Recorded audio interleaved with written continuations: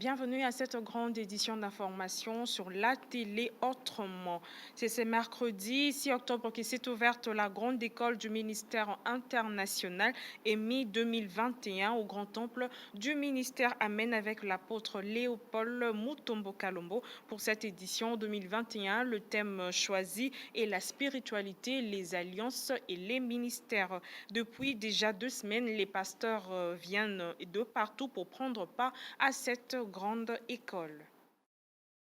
C'est ce mercredi 6 octobre 2021, comme annoncé, que les portes de l'école du ministère international octobre 2021 se sont ouvertes au grand temple du ministère Amen. Dans son mot d'introduction à l'ouverture de ces assises, l'apôtre Léopold Mutombo Kalombo a salué le travail effectué l'an dernier lors du culte live pendant la triste et terrible période de confinement où la Covid-19 battait son plein, lequel travail a porté des fruits à travers la bravoure dont a fait preuve particulièrement les participants internationaux qui ont quitté différents coins du monde pour rencontrer cette onction authentique. Il en est de même pour les pasteurs de la République démocratique du Congo qui ont brisé les glaces en participant massivement à ces assises. C'est pour nous. Poursuivant son introduction, l'homme de Dieu, l'apôtre Léopold Mutombo Kalombo, a fait savoir aux participants qu'il est nécessaire, dans son parcours, de cesser avec la monotonie pour envisager d'autres stratégies pouvant permettre le basculement dans l'extraordinaire afin de faire de nouvelles expériences surnaturelles, comme ce fut le cas avec Moïse ou encore Philippe dans la Bible. Enfin, toujours dans son introduction, l'apôtre Léopold Mutombo Kalombo a démontré qu'aucune percée, qu'aucune réussite n'est possible avec une spiritualité nulle. Par là, loin de Dieu a clairement et de manière expressive recommandé aux serviteurs de Dieu de guérir leur spiritualité avant tout succès dans n'importe quel aspect de leur ministère ou business. Il a, pour clore son enseignement, révélé aux uns et aux autres la vraie identité originelle du chrétien que nous sommes. Je veux parler de la spiritualité. I will talk about spirituality. Nous sommes physiquement, We are physically, dans tous les domaines, in every area of our lives, économiques, economic, richesse, in terms of riches, intellectuelle, intellectually, spirituelle. spiritually speaking. Nous sommes physiquement le résultat de la réalité spirituelle. Physically, we are only the result of what we are in reality spiritually. L'homme ne peut pas être spirituellement nul A man cannot be spiritually useless, et connaître les grandes percées sur le plan physique et matériel. yet break through in the physical and in material things. It's impossible. Et dans les domaines des sacerdoces, And in the priesthood, in the cette ministry, réalité est encore très puissante. this reality is even more powerful and Tu important. peux rêver d'un grand ministère. You can dream about having a big Tu ministry. peux rêver d'une grande carrière. You can dream about having a great career. Mais le tout dépend de ce que tu représentes spirituellement. But everything revolves around what you are spiritually. C'est comme cela que tous les hommes de la Bible, This is why every great man in the Bible, tu verras qu'avant qu'ils ne soient utilisés de manière étonnante, before being used in a special way, Dieu a commencé d'abord par soigner leur spiritualité. God began by taking care of the spirituality first. Verser une certaine dose dans leur esprit. In order to put a certain dosage in the Et dès spirit, qu'ils se présentent au monde, and once they reveal themselves to the ils world, deviennent d'autres personnes they would become another type of beaucoup person, plus divines qu'humaines. more divine than human. Et à la présidence, le président de la République, Félix-Antoine Tshisekedi Tshilombo, a reçu en audience Jonathan Pershing, envoyé spécial adjoint des États-Unis d'Amérique en charge des changements climatiques. L'intensification de la coopération bilatérale entre la RDC et les États-Unis dans le domaine du changement climatique était au centre de leur discussion. Suivez. La problématique sur le changement climatique en République démocratique du Congo était sur la table des échanges ce mardi 5 octobre 2021 entre le président de la République Félix-Antoine Tshisekedi Tshilombo et la délégation américaine. Conduite par l'ambassadeur américain en RDC, Mike Hammer, cette délégation a échangé avec le garant de la nation congolaise sur le moyen d'investir en RDC par le biais des entreprises privées. Nous avons un bon discours avec le président, donc il était très engagé de ce sujet. Nous avons discuté un petit peu qu'est-ce qui se passe dans ce pays, avec la forêt, avec l'énergie, avec la possibilité d'avoir une augmentation entre les États-Unis et le Congo dans ce secteur, le climat, le changement climatique. Nous avons aussi discuté un petit peu les impacts dans les peuples, dans les gens qui habitent dans le village rural, dans la forêt, dans la ville. Qu'est-ce qui se passe avec eux, avec le changement? Donc il y a des progrès avec l'échangement des experts. Il a la possibilité d'avoir d'investissements ici au Congo avec nos compagnies privées. Il a des opportunités d'avoir le cartographie, les choses pour faire le mapping sur les géologues et aussi pour le forêt. Donc il y a beaucoup de choses qu'on peut faire qui sont simples, qui sont directes, qui sont rapides et qui sont avancées le développement du Congo.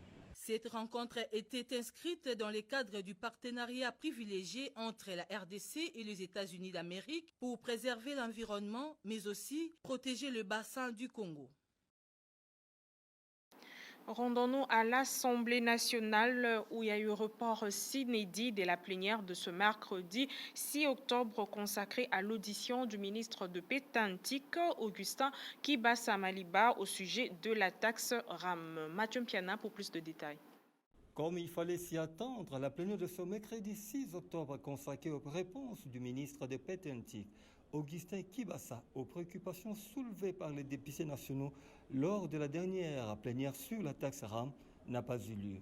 C'est le bureau de la Chambre basse du Parlement qui a publié un communiqué officiel à cet effet, mais sans en révéler les raisons. Alors que l'opinion attendait de pied ferme les explications d'Augustin Kibasa sur la nature juridique de cette taxe, la hauteur de recettes déjà réalisée et leur affectation. En tout cas, tous les Congolais victimes de cette taxe restent sur les soifs. Déjà, le Front commun pour le Congo, à travers une déclaration politique, a haussé les tons en ne jurant que par la défiance de l'actuel patron des Pétantiques. Comme on peut le constater, le bras de fer semble se profiler à l'horizon entre l'Union sacrée de la nation à laquelle appartient Augustin Kibasa et le FCC qui prétend être la voix des sans-voix et qui vivra verra. Dossier à suivre. Et restons toujours à l'Assemblée nationale où le processus électoral et la mise en place à la CENI au cœur des échanges entre le président de l'Assemblée nationale, Christophe Mbosso Kodiampwanga, et l'ambassadeur des États-Unis en RDC, Mike Hammer. C'est un reportage signé Arfalon Bassakissa. Double audience ce mercredi 5 octobre dernier accordée par Christophe Mbosso Kodiampwanga, speaker de la Chambre basse du Parlement, à Mike Hammer et Alexei Santebov, respectivement ambassadeurs des États-Unis en RDC pour les premiers et ambassadeurs de la Russie pour les seconds. Au menu de leurs échanges, l'évolution des processus de désignation des futurs animateurs de la CENI ainsi que l'évolution des processus électoraux. Au sortir de l'entrevue avec le président de l'Assemblée nationale, Mike Hammer a fait savoir qu'il a échangé avec les speakers de l'Assemblée nationale sur la prochaine mise en place des animateurs de la CENI. Le président de l'Assemblée nationale, l'honorable Mbosso, m'a demandé de venir à faire cette audience pour m'informer de la situation maintenant pour élire le prochain président de la CENI. Il a eu des réunions avec les ambassadeurs de l'Union européenne. Il m'a bien informé et on espère qu'il y aura une solution, un consensus qui va pouvoir avancer la sélection de le prochain président de la CENI parce que, comme on avait dit, on voudrait avoir une élection en RDC en 2023 qui sera bien fait, transparent, équitable et qui va faire avancer la démocratie congolaise. Les États-Unis, l'intérêt des États-Unis est toujours de renforcer la démocratie congolaise. C'est une question entièrement congolaise. Je respecte toujours la souveraineté congolaise, les décisions. Le président Mbosso m'a demandé de me réunir avec la convention religieuse. Je l'avais fait pour comprendre la situation, mais c'est la décision du président de l'Assemblée nationale et de la confession qu'est-ce qu'ils vont faire prochainement. Alexei Santebov, ambassadeur de Russie en RDC, a pour sa part déclaré: Quand on parle de l'apport, notre position est très claire. Nous sommes contre toute ingérence dans les affaires intérieures des pays africains, y compris, bien sûr, la République démocratique du Congo, mais nous sommes prêts à le soutenir, à soutenir notamment votre pays, au sein du Conseil de sécurité, en ce qui concerne vos choix et vos droits souverains pour déterminer le destin et le futur de votre pays. Et en rapport avec l'insécurité persistante à l'est de la RDC, le député national Bertin Mobondi a déposé une question d'actualité adressée au ministre d'État et ministre de la Justice, Rose Mutombo. Un reportage de Arfalon Bassakissa. Ce mardi 5 octobre, les services courriers du président de l'Assemblée nationale a enregistré une correspondance importante pour objet. Transmission, question d'actualité. L'expéditeur de la lettre, l'honorable Bertin Mobondi, justifie sa décision par un faisceau d'informations faisant état de l'implication de certains politiques dans l'insécurité qui sévit à l'Est et notamment au Nord Kivu et Littoré. Il s'agit de la déclaration du président de l'Assemblée nationale, Christophe Mbosonko Diampouanga, qui a appelé à son temps les élus et politiques de quitter les groupes armés. Au regard du développement de la situation sur les terrains militaires, le gouverneur militaire du Nord Kivu, à travers son porte-parole, est récemment revenu à la charge pour dénoncer l'implication des politiques dans la guerre qui sévit dans la partie orientale du pays. Je suis venu pour déposer une question d'actualité adressée à Madame la ministre d'État, ministre de la Justice, en rapport avec les agissements de certains politiques qui seraient en train d'alimenter l'insécurité à l'est de la République. Ça n'a rien à voir avec le rapport adressé évidemment à l'Assemblée dans le cadre de nos travaux dans la commission défense et sécurité que je préside. Mais ça, c'est dans mes prérogatives de député où je me pose la question. Il ne faut pas oublier qu'à un certain moment, le président de l'Assemblée nationale avait demandé aux députés de quitter les groupes armés. Et il n'y a pas très longtemps, le porte-parole du gouvernement militaire du Nord Kivu venait de dire de manière très claire qu'il y a des rapports concrets qu'on envoie à la hiérarchie. Et je pense qu'il est grand temps que nous puissions savoir de manière très claire quel acte concret Madame la ministre d'État, en tant que gestionnaire du ministère de la Justice, a pris pour essayer de clarifier cette affaire. Mais aussi, nous aimerions connaître nommément qui sont ces politiques qui seraient en train d'alimenter l'insécurité à l'est de la République. Michel Samalou Kondé a représenté le président de la République Félix Antoine Tshisekedi Tshilombo à Addis Abeba à la cérémonie d'investiture du Premier ministre Abiy Ahmed à la tête du gouvernement de la République fédérale démocratique d'Éthiopie. Suivez.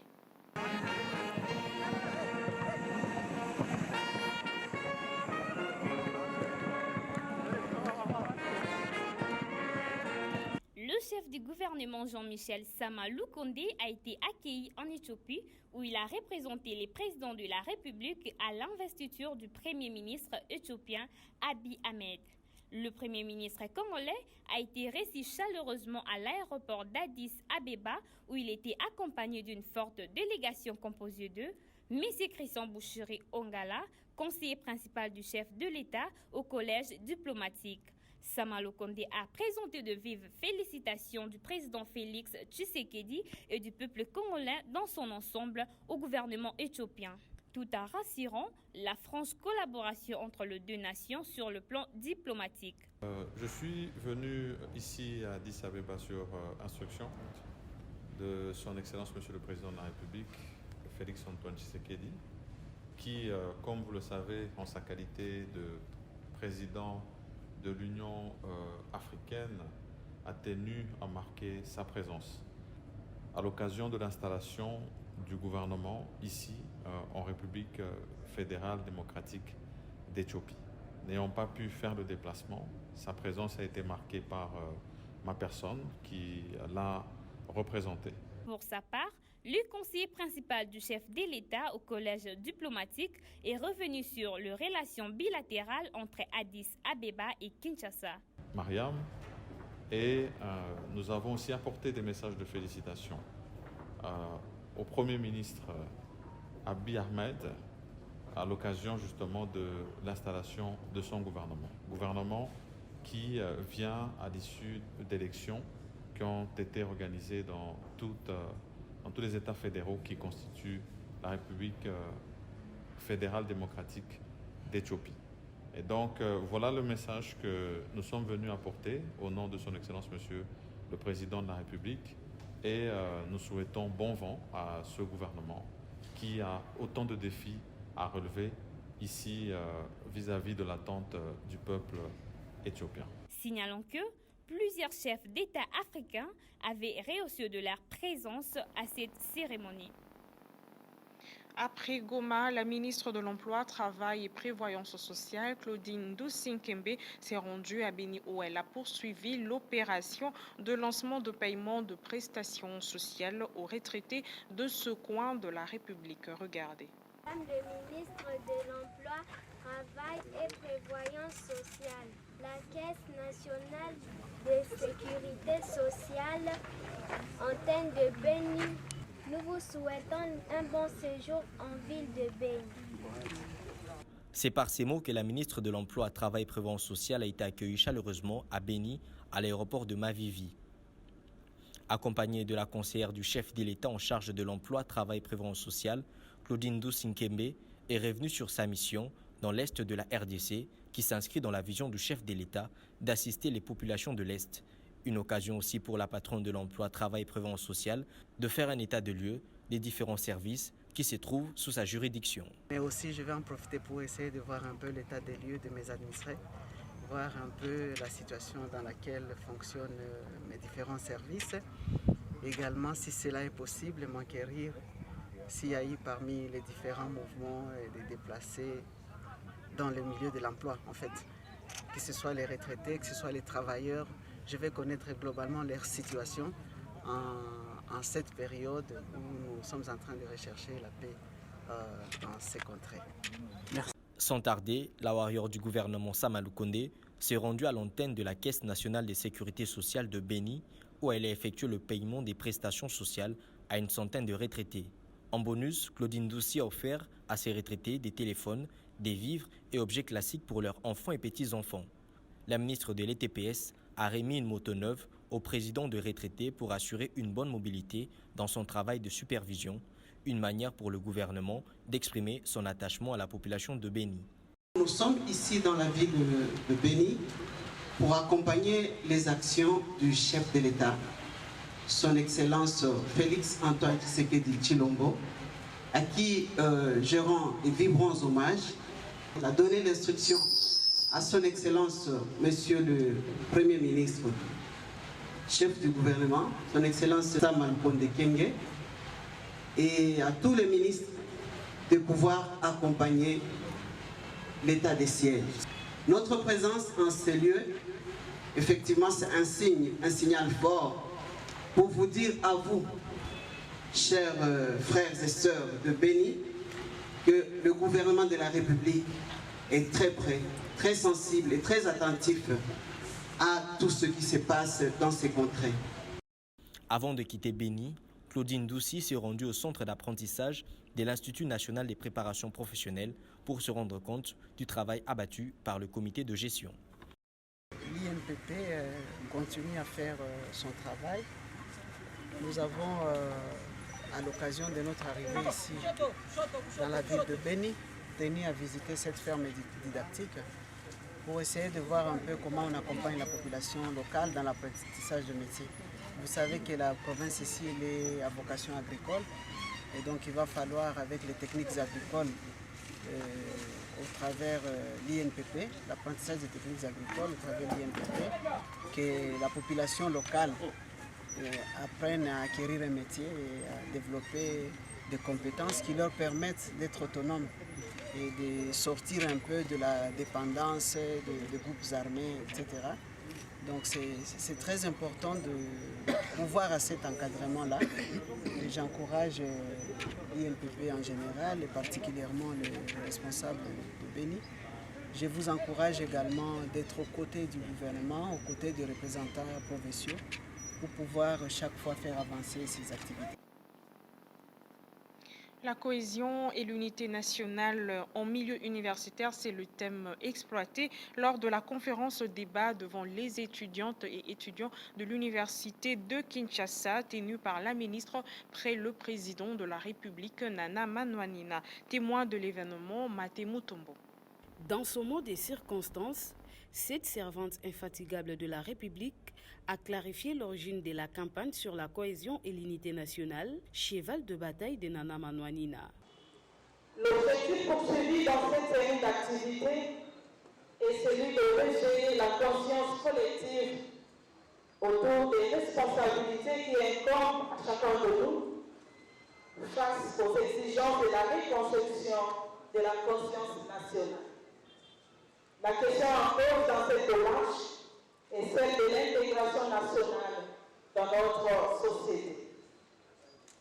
Mesdames et messieurs, la science politique enseigne que notre pays, comme la plupart des pays africains, est un État d'origine exogène où les structures sociales précèdent les structures politiques et où se pose avec acuité la difficulté de pouvoir gérer la cohésion nationale. L'autopsie de l'État et de la nation dans notre pays montre que la construction de l'édifice national fait face aux antagonismes résultant des diversités culturelles dans leurs différents aspects à la fois ethniques, linguistiques, économiques ou politiques. Les guerres, les rébellions et autres formes de revendications culturelles qui jalonnent la marche de notre pays depuis 1960 constituent des illustrations de cet épineux problème d'intégration. Au cours de son allocution, la ministre près du président est revenue sur le but principal de son passage dans cet alma mater. Ils sont capables de mettre en pratique ce qu'ils ont appris ici en rapport avec la cohésion et l'unité nationale. Le souci, c'est que la jeunesse se rappelle que le Congo a été un et doit rester un. Que chacun de nous doit agir dans le sens de pouvoir garder notre cohésion et notre unité nationale. En fait, nous avons commencé à l'unité, nous avons lancé notre campagne dans les différentes universités et nous allons continuer au fait. Voilà l'essentiel de ce que nous avons eu à faire ici. On note également que la Warrior près la présidence invite les étudiants à une franche collaboration. Rendons-nous en province où 9 officiers supérieurs poursuivis pour détournement de deniers publics par la cour militaire d'Elituri. L'audience du lundi 4 octobre a été consacrée à la plaidoirie. Sarah Mbimba pour le reportage. Lutter contre la pratique des antivaleurs au sein des FARDC en cette période de l'état de siège, c'est les combats acharnés du président de la République Félix Antoine Tshisekedi Tshilombo pour redorer l'image de marque des forces de défense et de sécurité. Tout est parti du contrôle de l'inspection générale des FARDC de fonds alloués aux commandants de grandes unités pour l'achat de vivres au profit des militaires engagés dans les opérations de traque contre le groupe négatif. Appelé comme renseignant, le général Jean-Claude Bokolomba éclaire la cour sur la répartition de tâches de la dite commission. 30 000 pour les ingrédients et 220 000 pour les achats automatiques. Dans la commission, qu'on ne pouvait pas garder l'argent quelque part, on s'est dit que l'argent puisse rester au niveau du gouvernement, mais on va retirer partie par partie, peut-être parfois au fur et à mesure que les articles entrent, on fait entrer les articles et on prend la partie qu'il faut pour aller verser et jusqu'à la fin. Je pense qu'on a fait comme ça 4 tours pour retirer l'argent. Tout le monde n'était pas chargé aux achats. Nous étions, nous, obligés de vérifier la qualité, la quantité, les prix et même les emballages pour voir que tout ce qui a été demandé a été acheté. Lors de la plaidoirie du lundi 4 octobre, les avocats de la défense ont tenté tant soit peu d'éprouver l'innocence des prévenus face à l'incontournable ministère public qui requiert de peines allant de 1 an à 10 ans de prison ferme et le renvoi définitif au sein des forces armées. De dire oui, établir en fait comme en droit les infractions de détournement et les faux en écriture mis en charge des prévenus. Pour les détournés, les condamnés à 10 ans de servitude pénale principale. L'arrestation de ces officiers fait couler beaucoup d'encre et de salive. La cour militaire se prononcera le lundi 11 octobre. Qui vivra verra. Et autre chose à présent, mesdames et messieurs, ouverture ce mercredi 6 octobre à Kinshasa du 5e congrès ordinaire du Conseil national de l'ordre des pharmaciens, placé sous le thème « Exercice de la pharmacie en RDC, le nouveau visage ». Plusieurs personnalités, pharmaciens et autres venus de tout le coin du territoire national ont pris part à ces assises qui vont se clôturer le samedi 9 octobre prochain. Fallon Minagui pour plus de détails. La salle Roméo Golf a servi de cadre pour les 5e congrès ordinaires organisés par le Conseil national de l'ordre de pharmaciens. Les autorités étatiques, partenaires de la santé, pharmaciens venus de toutes les provinces, invités et autres ont répondu présents à ces assises de 4 jours qui ont débuté ce mercredi 6 octobre. Dans son mot de bienvenue, le président du Conseil national de l'ordre des pharmaciens a révélé l'importance de ces congrès qui est placé sous le thème « Exercice de la pharmacie en République démocratique du Congo, les nouveaux visages ».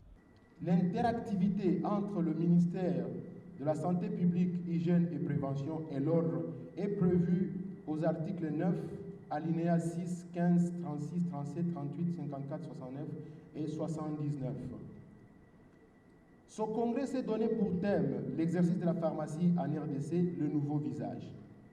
Les pharmaciens de la RDC voudraient, par cette discussion, dégager les voies et moyens pour présenter le nouveau visage du secteur pharmaceutique de notre pays. À travers ce nouveau visage, le pharmacien congolais voudrait tout simplement offrir à ses concitoyens l'accès aux soins pharmaceutiques de qualité. Par ailleurs, le ministre de la Santé publique, Hygiène et Prévention a lancé l'ouverture de ces congrès ordinaires qui entrent dans la vision du chef de l'État prônant sur le bien-être de la population congolaise. Ce 5e congrès intervient sous mon mandat comme ministre de tutelle.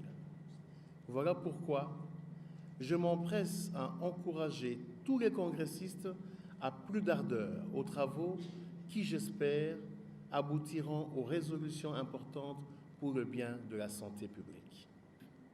C'est sur ces mots que je déclare ouverts les travaux du 5e congrès de l'Ordre national des pharmaciens. On retient que ce congrès a débuté ce mercredi 6, sera clôturé le samedi 9 octobre 2021. Les participants font des travaux et des panels sont donc organisés abordant des thèmes appropriés. Dans un autre registre, dans le but d'apporter main forte aux personnes vulnérables, Ogi Kalonji a procédé à la remise des brevets aux lauréats de sa fondation FOCA à Terre Jaune dans la commune de Lansili. Alice Massingu, Arfalon Bassakissa et Jemima Kapinga y étaient pour le compte de Amen Télévision. Réunis en masse le samedi 2 octobre dernier au quartier Terre Jaune dans la commune de Lansele pour prendre part à la cérémonie de la remise de brevets aux lauréats ayant bénéficié de la formation gratuite de la fondation FOCA, l'œuvre sociale du député national Ogi Kalonji, dans le but de prêter main forte aux personnes vulnérables de sa circonscription électorale de la Tchang. Plusieurs personnes et cadres venant de 4 coins de la ville de Kinshasa sont venus marquer leur présence à cette cérémonie.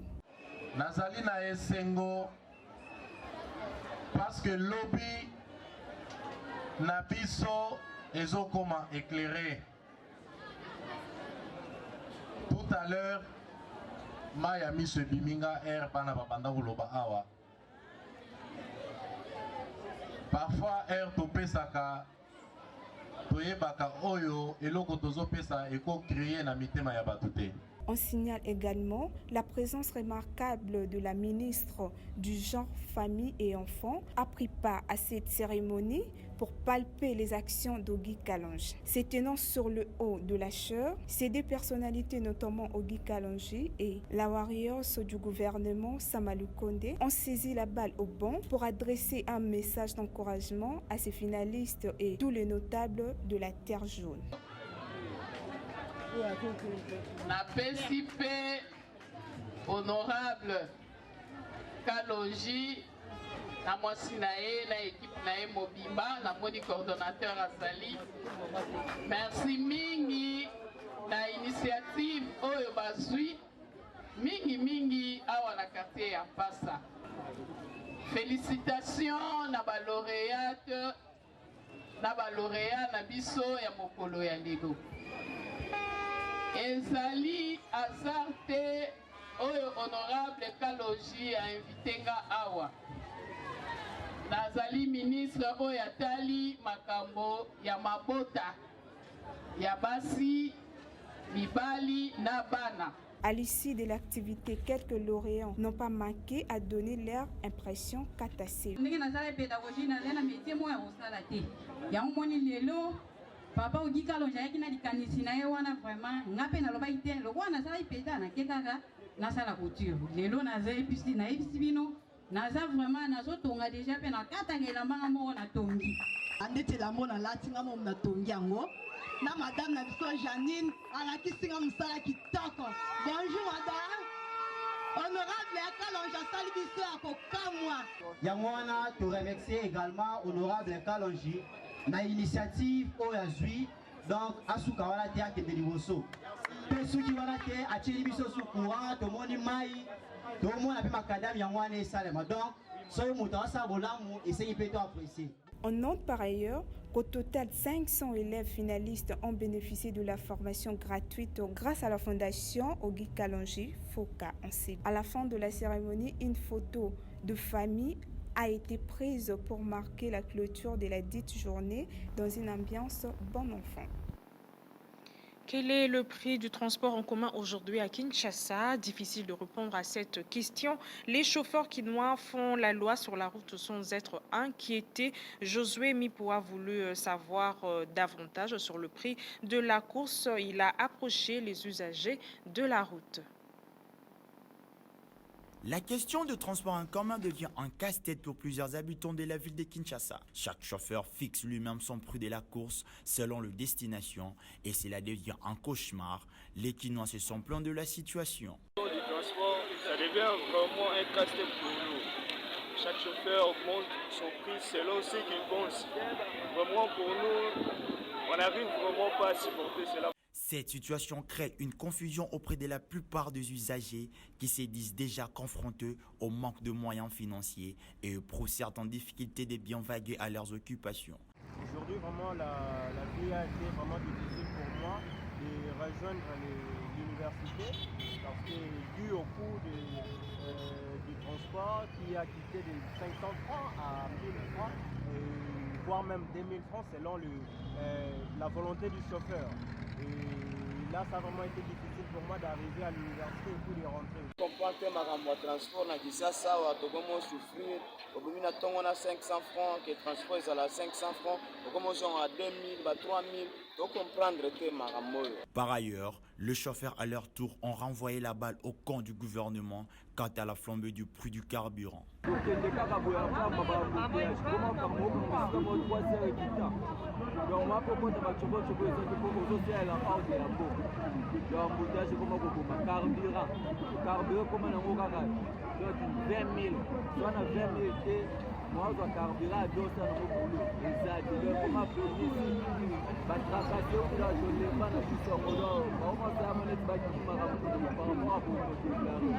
Soulignons que cette situation est devenue un mode de vue pour le conducteur de transport en commun à Kinshasa. C'est un ouf de soulagement pour les habitants de Mpasa 2 dans la commune de Lantsele. Après 11 années dans l'obscurité, le gouvernement Samalou Kondé est venu à la rescousse de la population de cette commune urbano-rurale. L'électricité n'est plus une denrée rare, nous dit Jemima Kapinga. C'est un ouf de soulagement pour les habitants du quartier Passa 2 dans la commune de Lantsele où il y a eu rétablissement du courant électrique grâce notamment au gouvernement de Samalou Kondé en collaboration avec la Société nationale de l'électricité SNEL en sigle. Ces quartiers où hier était éprouvé depuis 11 ans de l'électricité, à ces jours bénéficient de l'électricité. Un acte qui n'a pas laissé la population de Passa 2 indifférent. Rappelons que depuis 2011, ces habitants de Passa 2 vivaient dans le noir, dû au mauvais entretien des fils électriques. L'érosion, on en parle dans ce journal. La route allant de rond-point Ngaba à Kimonza est en voie de disparition. Les habitants de la commune de Mongafula, plus précisément à Kindélé, ne savent plus à quel saint se vouer. C'est un constat fait par Kevin Pemba.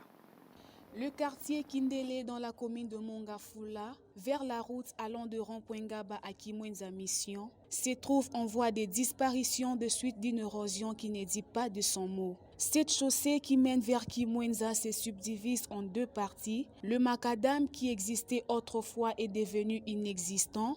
Ceux qui exercent l'activité informelle, c'est-à-dire commerce, se trouvent dans une situation de difficulté pour s'en sortir. Un phénomène qui indigne certains habitants de cette contrée. On signale par ailleurs que le manque de canalisation d'eau et l'absence de caniveaux semblent être à la base de cette catastrophe naturelle.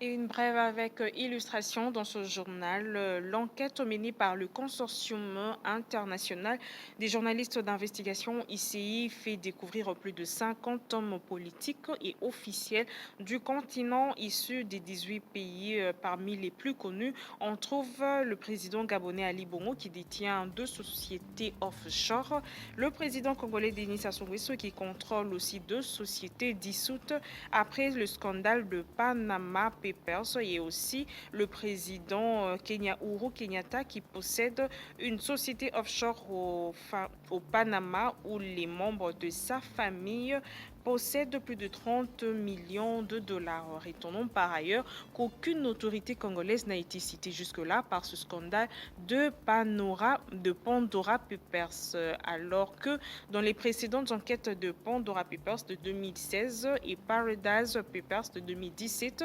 quelques autorités congolaises sous le régime de l'ancien président de la République, Joseph Kabila, et certains acteurs miniers étaient impliqués.